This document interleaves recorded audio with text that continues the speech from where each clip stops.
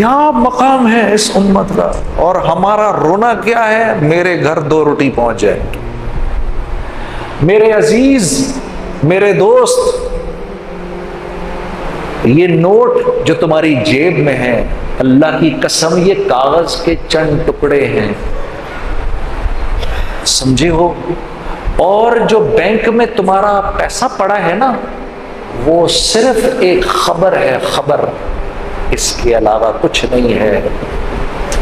تم نے تو پلنا ہے اسباب کے بغیر، ہم نے پلنا ہے اسباب کے بغیر۔ یہ نوٹ جو تمہارے گھر میں آ رہے ہیں، یہ تو تم نے لوگوں پہ خرچ کرنے ہیں، یہ اپنے پہ تھوڑی خرچ کرنے ہیں۔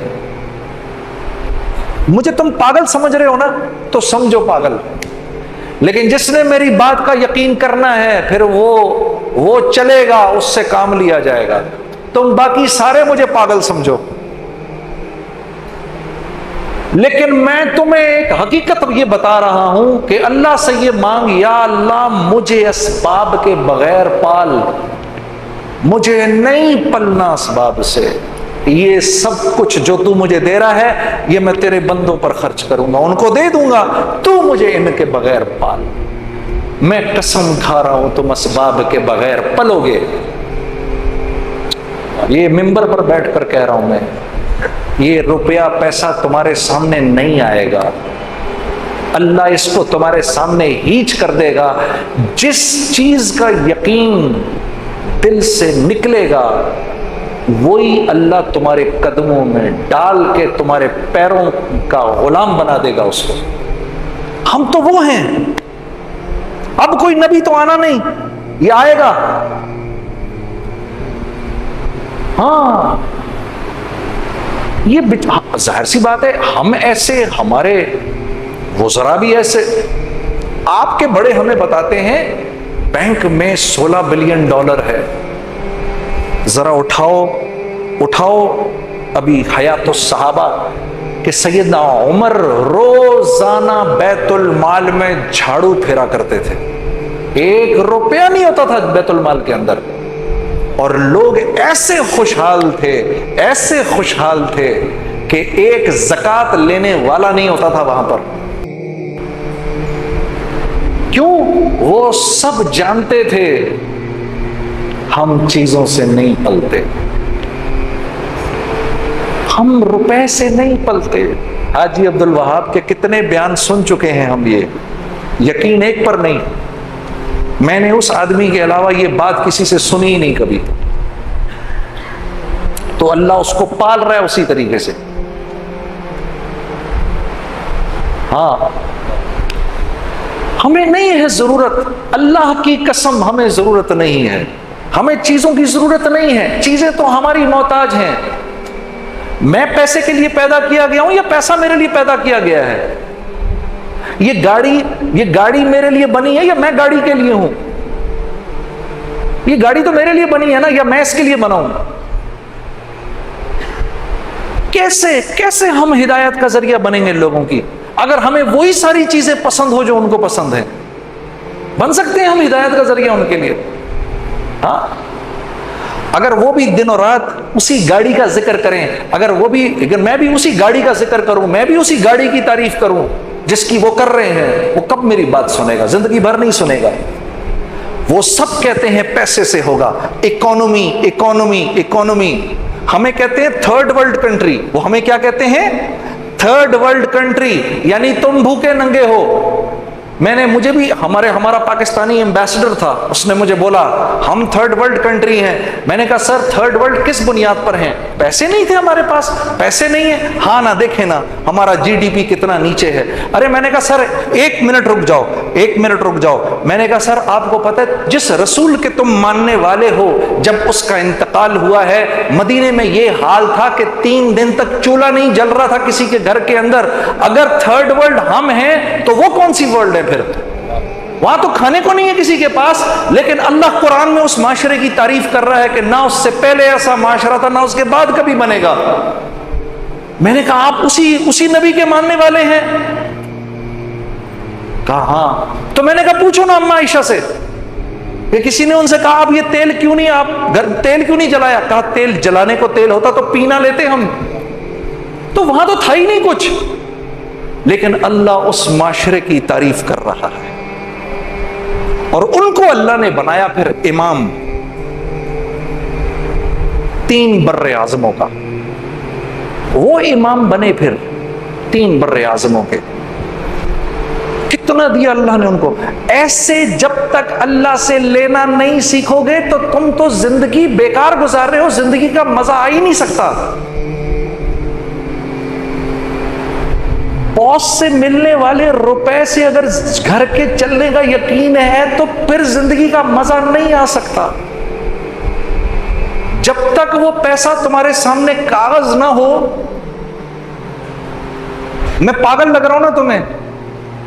ہاں، میں تو میری باتیں پاگلوں کی باتیں ہیں نا،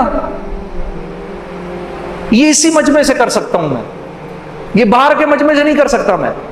میں پاگل لگ رہا ہوں نا تمہیں، میں جانتا ہوں میری باتیں تمہیں پاگلوں کی باتیں لگ رہی ہیں، لیکن میں اللہ کی قسم کھا رہا ہوں تمہارے سامنے کہ جب تک یہ یقین اندر سے نہیں نکلے گا زندگی خوبصورت نہیں بن سکتی، کٹے گی نہیں زندگی، بہت مشکل سے کٹے گی، بڑی مشکل سے کٹے گی بس بمشکل تمام۔ اگر پانی کے اوپر آ جاؤ کسی طریقے سے پھر سانس لینا ایزی ہو جائے گا، پھر اللہ ایسے سنبھالیں گے تمہیں یوں کر کے، تمہاری ہر خواہش پوری کریں گے۔ ہاں، تمہارا ہر بول اگلے کے سینے کے اندر سے نکل جائے گا، تمہاری الٹی بھی سیدھی کر دیں گے، پھر تمہارے دشمنوں کو بھی ہدایت ملے گی، یقین کرو، تب ملے گی تمہارے دشمنوں کو ہدایت، تب تمہارے حاسدین کو بھی ہدایت ملے گی، تب تم سے نفرت کرنے والے تم پر جان دینے والے بنیں گے، اور اتنا نہیں کرنا پڑے گا جتنا پچھلوں نے کیا، تھوڑا ہی کرنا پڑے گا، سب کچھ مسخر کر دیں گے اللہ۔ اس کو بولو باہر نکل کے خوب، اور اگر نہ ہو گیا تو یہ آ کے میری گردن پکڑ لینا، تھوڑا ہی کرنا پڑے گا، تھوڑا ہی، پھر ہدایت کی ہوائیں چلیں گی ہر طرف۔ تو ہم سبق بھولے بیٹھے ہیں میرے دوستو، یہ بات ہم بھولے بیٹھے ہیں، اخرجت للناس، ہمیں اللہ نے ساری انسانیت کے نفع کے لیے نکالا ہے، اور نفع کیا ہے؟ ہاں، کچھ سناؤں تمہیں؟ میرے گھر کی 2 روٹی کے لیے نہیں پیدا کیا اللہ نے مجھے، اللہ نے مجھے سارے عالم کا ذمہ دار بنایا ہے۔ جنید، جمشید، سارے عالم کی ذمہ داری تمہارے اوپر ہے۔ کل قیامت کے دن ہم امتن وسطا ہیں، امتن وسطا، ہم نے ساری انسانیت کو کل لے کر اللہ کے سامنے جانا ہے، ہم وکیل ہیں ساری انسانیت کے۔ ابو سعید خدری رضی اللہ تعالی عنہ ایک حدیث بیان فرماتے ہیں نوح علیہ السلام کو لایا جائے گا، اور نوح علیہ السلام سے پوچھا جائے گا، آپ کی قوم کہتی ہے آپ نے اللہ کی بات ان تک نہیں پہنچائی۔ نوح علیہ السلام جانتے ہوں گے کہ یہ بات اللہ بھی جانتے ہیں کہ سچی نہیں ہے، لیکن وہ کیونکہ حساب کتاب کا دن ہے اور وہ انصاف کا دن ہے، نوح علیہ السلام اللہ کے سامنے التجا فرمائیں گے کہ یا اللہ، میں نے آپ کی بات ان تک پہنچا دی۔ لوح محفوظ سے سوال ہوگا کہ تمہارے اوپر نوح علیہ السلام کی قوم کی ہدایت اتاری گئی، تم نے کیا کیا؟ تو لوح محفوظ اللہ کے سامنے عرض کرے گی، یا اللہ، میں نے تیرے سارے احکامات میکائیل تک پہنچا دیے۔ میکائیل علیہ السلام کو طلب کیا جائے گا، خوف کے مارے ان کے گلے میں غرغرہ ہوگا، آواز نہیں نکل رہی ہوگی، ڈرتے ڈرتے اللہ کے پاس پہنچیں گے۔ اللہ رب العزت فرمائیں گے کہ کیا لوح محفوظ سے نوح کی قوم کے احکامات تجھ تک پہنچے؟ وہ کہیں گے یا اللہ مجھ تک پہنچے، تو تو نے کیا کیا ان کا؟ اے اللہ، میں نے ان کو بعینی ہی جبرائیل تک پہنچا دیا۔ اس بات پر لوح محفوظ کی خلاصی ہوگی اور جبرائیل علیہ السلام کو طلب کیا جائے گا۔ حدیث میں آتا ہے کہ جبرائیل علیہ السلام کے گلے میں غرغرہ ہوگا، آنکھیں ان کی پلٹ جائیں گی خوف کے مارے، وہ لرزتے اللہ کے سامنے پہنچیں گے۔ اللہ رب العزت فرمائیں گے کیا میکائیل نے میرے احکامات تجھ تک پہنچائے؟ وہ کہیں گے اللہ میکائیل نے پہنچائے۔ اس پر میکائیل علیہ السلام کی خلاصی ہوگی اور جبرائیل علیہ السلام سے پوچھا جائے گا تو نے کیا کیا؟ عرض کریں گے یا اللہ مجھ تک جیسے پہنچے میں نے بعینی نوح علیہ السلام تک پہنچا دیے۔ اب نوح علیہ السلام کو طلب کیا جائے گا۔ نوح علیہ السلام باوجود اس کے کہ اتنے جلیل القدر نبی ہیں، آپ گھٹنوں کے بل گر جائیں گے خوف سے۔ پھر آپ سے پوچھا جائے گا کیا میرے حکم جبرائیل نے تجھ تک پہنچائے؟ نوح علیہ السلام عرض کریں گے یا اللہ بعینی ہی جیسے آپ نے بھیجے جبرائیل نے ویسے ہی مجھ تک پہنچا دیے۔ اس پر جبرائیل علیہ السلام کی خلاصی ہوگی اور پھر نوح علیہ السلام سے پوچھا جائے گا کہ آپ نے ان احکامات کا کیا کیا؟ عرض کریں گے یا اللہ میں نے ان احکامات کو، پھر سورہ نوح کے اندر سارا بیان ہے، یا اللہ کبھی آہستہ کبھی اونچا، یا اللہ تیرے حکم پہنچانے کے لیے نہ میں نے دن دیکھی نہ رات دیکھی، یا اللہ ان تک جاتا تھا کانوں میں انگلیاں دے دیتے تھے، یا اللہ میں نے ان کو بتایا فَقُلْتُ اسْتَغْفِرُوا رَبَّكُمْ إِنَّهُ كَانَ غَفَّارًا، میں نے بولا ان کو یرسل السماء علیکم مدرارا ویمددکم باموال وبنین ویجعل لکم جنات ویجعل لکم انہارا، یا اللہ میں نے ان کو بولا اللہ سے معافی مانگ لو، اللہ تمہیں معاف کر دے گا، تمہارے پر آسمان سے بارش برسائے گا، رزق برسائے گا، اللہ تجھے بیٹے دے گا، اللہ تمہیں مال دے گا، اللہ تمہارے کھیت کھلیان ہرے بھرے کر دے گا۔ اللہ کی قدر ویسی کرو جیسے اس کی قدر کرنے کا حق ہے۔ دیکھو اس نے زمین اور آسمان، چاند سورج ستارے کیسے بنائے، دیکھو اس نے نباتات کیسی اگائی، دیکھو اس نے دنیا میں چلنے کے راستے کیسے بنائے، اس کے نظام کو دیکھو، اللہ کو اللہ مان لو، یا اللہ یہ کرنے کے لیے نہ میں نے دن دیکھی نہ رات دیکھا۔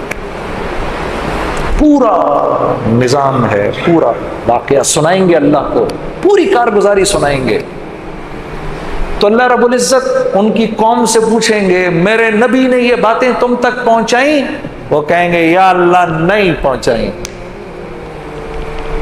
تو نوح علیہ السلام کو حکم ہوگا جاؤ اپنے گواہ لاؤ، جاؤ اپنے گواہ لاؤ۔ انتہائی پریشانی کی حالت میں سارے محشر کو دیکھیں گے، اللہ کی شان پھر ان کی نظر آپ پر پڑے گی اور کہیں گے اے اللہ مجھے میرے گواہ مل گئے، امت وسطا۔ کون ہے آپ کے گواہ؟ یا اللہ امت محمد یا میری گواہ ہے صلی اللہ علیہ وسلم۔ ان کی قوم چیخے گی یا اللہ یہ ہمارے بہت بعد میں آئے ہیں۔ اللہ ہم سے پوچھیں گے تم کس بنیاد پر گواہی دیتے ہو؟ تو ہم ایسے قرآن اٹھائیں گے، کہیں گے یا اللہ یہ تیرا کلام ہے اور سچا ہے، اس کی بنیاد پر ہم گواہی دیتے۔ تو نوح علیہ السلام کی خلاصی ہوگی۔ کئی انبیاء علیہ السلام کی ہم گواہی دیں گے یا اللہ یہ سچے ہیں، ان کی قوم جھوٹی ہے۔ کہ میں کوئی سخت بات نہ کروں، جتنی نرم بات کر سکتا ہوں میں کروں، لیکن وہ سوال ہی اس کے اتنے اس کے الٹے سیدھے سوال ہوتے تھے میرے سے۔ پھر کہتی تھی خوش رہا کریں، خوش رہا کریں، خوش رہا کریں۔ آخر کو میں نے بولا میری بہن ایک منٹ، یہ تو تم بار بار کہہ رہی ہو خوش رہا کریں خوش رہا کریں، مجھے بتاؤ دکھی رہنے کا دل کرتا کس کا ہے؟ کون دکھی رہنا چاہتا ہے؟ کوئی رہنا چاہتا ہے دکھی؟ یہ تم بار بار کہہ رہی ہو خوش رہو خوش رہو۔ ارے میری بہن، خوش رہنا نہ رہنا انسان کے بس کی بات نہیں ہے، یہ تو اللہ کی طرف سے انعام ملتا ہے۔ اللہ جس کو چاہیں تو خوش کر دیتے ہیں، جس کو چاہیں دکھی کر دیتے ہیں۔ آپ ایک خوبصورت گھر اور ایک بڑا سا گھر تو بنا سکتی ہیں، اس گھر کے لوگ آپس جو کچھ سنا گیا اللہ پاک اس پر عمل کرنے والا اور آگے لوگوں تک پہنچانے والا بنائے۔ مزید اصلاحی بیانات کے لیے ہمارا یوٹیوب چینل بیوٹیفل بیان جے کو سبسکرائب کریں اور ویڈیو کو لائک کریں۔ جزاک اللہ خیر۔